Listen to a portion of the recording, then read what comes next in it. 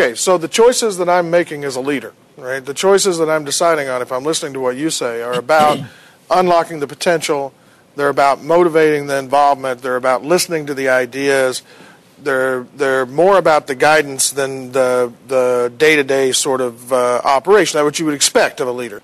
My attitude is this. When I'm leading a work group, like here, I lead this show. Mm-hmm. My attitude is I don't do anything somebody else can do.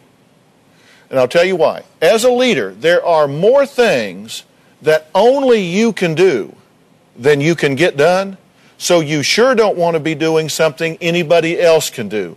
If you've got somebody that's at a large dealership and they're the sales manager, but they're also a great salesman, you can't have them over here selling Mr. and Mrs. Jones a Chrysler, because you got 13 other offices over here that are closing. You're either selling loans, you're selling money, you're selling cars, you're selling services, whatever you're selling. Right. If your manager is down here selling, he ain't managing.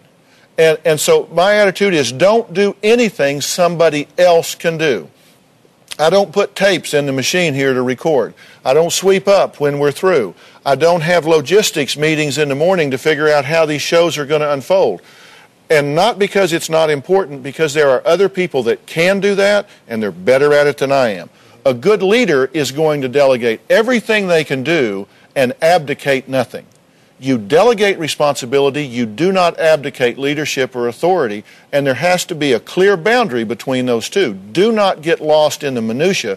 Stay focused on the strategic level and the big picture. But my accountability as a leader is to getting it done through the people that I have working with me. I'm very results-oriented. The road to hell is paved with good intentions. It's not about good intentions. This is an eat-what-you-kill world. You get in a corporate environment, the question is, what can you do for me today? What can you do for the shareholders today? What can you do for the job holders today? What can you do for this work group today?